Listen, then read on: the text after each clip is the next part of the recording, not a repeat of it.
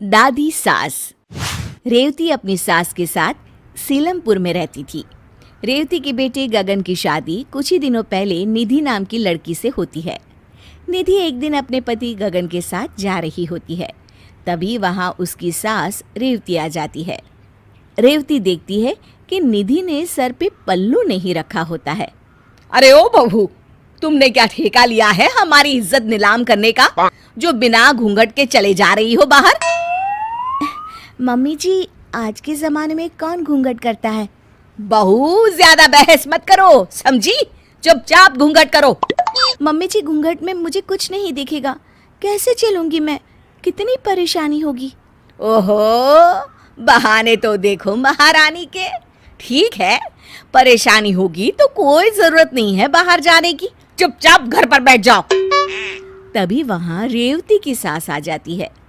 अरे क्या शोर मचा रखा है सुबह से रेवती? देखिए ना सासू माँ, बहू घर से बाहर जा रही है और घूंघट नहीं कर रही है। तो क्या हो गया, घूंघट नहीं कर रही है तो? और वैसे भी रेवती, अब जमाना बदल गया है और जमाने के साथ हमें भी बदल जाना चाहिए। जमाना बदल जाने से परंपराएं थोड़ी ना बदल जाती हैं सासू माँ। मैं जब आई थी, मैं भी तो हर वक्त घूंघट में रहती थी ना। हाँ, वो तो मैं भी रहती थी अपनी सास के आगे घूंघट में। तुम तो बस कहीं बाहर जाते हुए घूंघट करती थी। मैं तो खाना बनाते हुए भी घूंघट में ही रहती थी। पता है कितनी तकलीफ होती थी।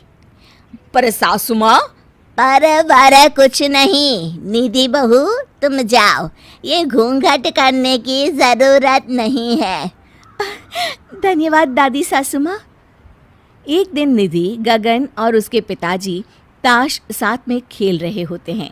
तभी वहाँ रेवती आ जाती है। ये क्या, आप सबको शर्म लिहाज है कि नहीं? आप तो निधि के ससुर हैं और उसके साथ ताश खेल रहे हैं, और तुम निधि, तुम्हें कोई शर्म लिहाज है ही नहीं? तुम क्या बच्ची हो कि तुम्हें ये भी समझाना पड़ेगा? मुझे माफ कर दीजिए मम्मी जी। चलो जाओ अपने कमरे में। एक मिनट, कोई कहीं नहीं जाएगा बहू। पर सासू माँ, ये कोई अच्छी बात तो नहीं है ना? क्यों, क्या खराबी है? अगर पूरा परिवार मिलकर हंसी ठिठोली करता है तो मैं तो कहती हूँ कि तुम भी आ जाओ और खेलो हमारे साथ। नहीं, मुझे नहीं आना। रेवती वहाँ से नाराज होकर चली जाती है। वो मन में सोचती है, ये सासू माँ तो मुझे सास बनने ही नहीं देगी। ऐसे तो निधि मेरी इज्जत कभी नहीं करेगी। रेवती अपनी सास के पास जाती है। सासू माँ, आप तो मुझे सास बनने ही नहीं दे रही हैं।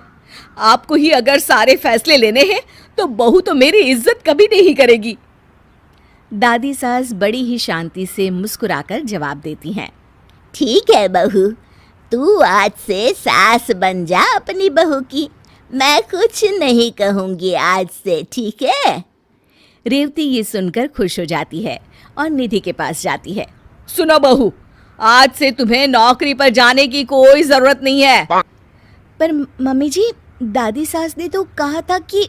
तुम्हारी सास मैं हूँ बहू, तो तुम वो मानो जो मैं कह रही हूँ, समझी? कोई जरूरत नहीं है कल से काम पर जाने की। रेवती वहाँ से चली जाती है और निधि ये सुनकर दुखी हो जाती है। दादी सास ये सब देख रही होती हैं और उन्हें एक तरकीब सूझती है। रेवती बहू, कहाँ जा रही हो? सासू माँ, वो महिला अध्यक्षा की मीटिंग में जा रही हूँ। कोई जरूरत नहीं है जाने की। पर क्यों सासू माँ? मैं तो महिला अध्यक्ष की सदस्य हूँ और मेरा जाना बहुत जरूरी है। हाँ, पर मैं तुम्हारी सास हूँ और मैंने कह दिया ना कि कहीं नहीं जाओगी तुम। नाम हटवा लो महिला अध्यक्षा से अपना। हाँ, ये सासू माँ को क्या हो गया है? आज तक इन्होंने मुझसे कभी इस तरह से बात नहीं की। दादी सास वहाँ से चली जाती हैं और रेवती भी उदास होकर अपने कमरे में चली जाती है। शाम को रेवती और निधि खाना पका रही होती है। तभी क्या बन रहा है आज खाने में? सासू माँ, आज हम दाल चावल बना रहे हैं। बस दाल चावल? आज दाल चावल नहीं पकेंगे। आज तुम घिया के कोफ्ते और साथ में भिंडी की सब्जी और गरम गरम रोटी बनाओ। अरे लेकिन सासू माँ, दाल तो मैंने चढ़ा दी है। तो दाल वापस उतारी भी तो जा सकती है ना बहू। हमारे यहाँ किसी चीज की कमी है क्या जो सिर्फ दाल चावल बन रहे हैं? तुम भी ना रेवती, काम चोर हो गई हो बिल्कुल। सासू माँ, आपने मुझे कामचोर बोला? रेवती के आंख में आंसू आ जाते हैं। हाँ बोला कामचोर, तो इसमें झूठ क्या बोला? लो अब आंसू बहाकर पति से शिकायत करेंगी महारानी। रेवती रोते हुए अपने कमरे में चली जाती है। सुनिए जी, आप सासू माँ से बात कीजिए, पता नहीं उन्हें क्या हो गया है। मेरी बहू के सामने मेरी आज उन्होंने इतनी बेइज्जती की है, क्या बताओ। तभी वहां दादी सास आ जाती हैं और मुस्कुराकर फिर नाटक करने लग जाती हैं। लो और सुनो, देखा, सच कहा था ना मैंने कि मेरे बेटे से शिकायत करने जाएगी। हे भगवान, मेरी तो किस्मत ही खराब है। ये दिन भी देखना पड़ेगा, मैंने तो सोचा ही नहीं था। तभी रेवती कमरे से बाहर आ जाती है। सासू माँ, आपको क्या हो गया है? आप ऐसे क्यों बर्ताव कर रही हैं मेरे साथ? क्यों, मुझे क्या होगा? हुआ तो तुझे है बहू रानी, जो मेरी शिकायत कर रही थी मेरे बेटे से।